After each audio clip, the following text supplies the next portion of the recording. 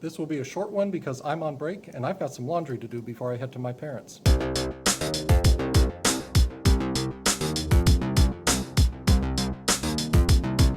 Bonjour tout le monde and welcome to Turn Back the Clock with stock number 15. It is 4 days before Christmas. Like I said, it's going to be short. Several things happened this week in French history. I'm just going to highlight 2 or 3 of them. First, on December 20th, 1803, the United States takes possession of the Louisiana territories from France, which is under control at the time by Napoleon. This, of course, we know as the Louisiana Purchase, and it doubled the size of the United States. So we have France to thank for the central third of the U.S. Skipping ahead to December 25th. Now, we, of course, know this as Christmas. December wasn't always on the 25th. It jumped around kind of like what Easter does. And it wasn't until, oh gosh, I forget which pope did it, but the pope said, no, Christmas is going to be on this date.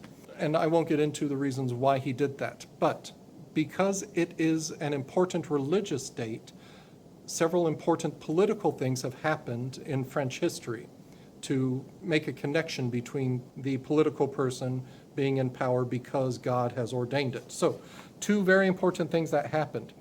In 496 AD, Clovis, who was a non-Christian, who was being chased by some Christian soldiers, he prayed and said, if there is a God and he gets me out of this, I'll convert to Christianity. Well, he got out of it. He was true to his word. He converted to Christianity, and on Christmas Day in 496, he was baptized along with 3,000 others in Reims. And Reims is one of the 4 Notre Dame cathedrals. At the time of his baptism, well, he became, I should say, the first king of France. And when he converted to Christianity, he changed his name from Clovis, dropped the C, changed the V to a U, and we get Louis. And that was the start of the Louis kings. We had, of course, 16 of them. Louis XVI was in power during the French Revolution. Anyway, during his baptism, it said that the heavens opened and a dove flew down with a vial of oil, with which he was anointed on the head. And the legend says that the kings, because they are anointed with this oil, they have the ability to cure sickness, fix droughts, things of that nature.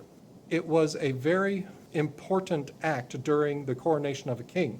And during the French Revolution, that vial of oil, which rested in the Reims Cathedral, it was smashed. And that was to symbolize that there would never be another king for France.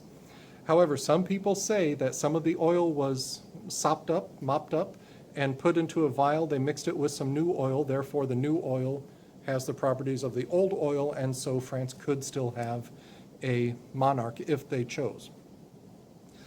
Is all that true? I don't know. I'm just a French teacher in the United States. But it's a very interesting belief, custom, tradition with the French monarchy. In 800, also on Christmas Day, Charlemagne is crowned emperor. Now, Charlemagne is one of the greats of French history. France has only had 2 emperors, Charlemagne and Napoleon. Charlemagne's big claim to fame is that he liberated Spain from the Sarrasins, and the Sarrasins were the non-Christians who had taken over at the time. Charlemagne was also big on education. He created a road system. He was just a good leader. He was very educated himself, and he wanted his people to be as well. Because of Charlemagne's liberating Spain, we have France's first work of literature called La Chanson de Roland.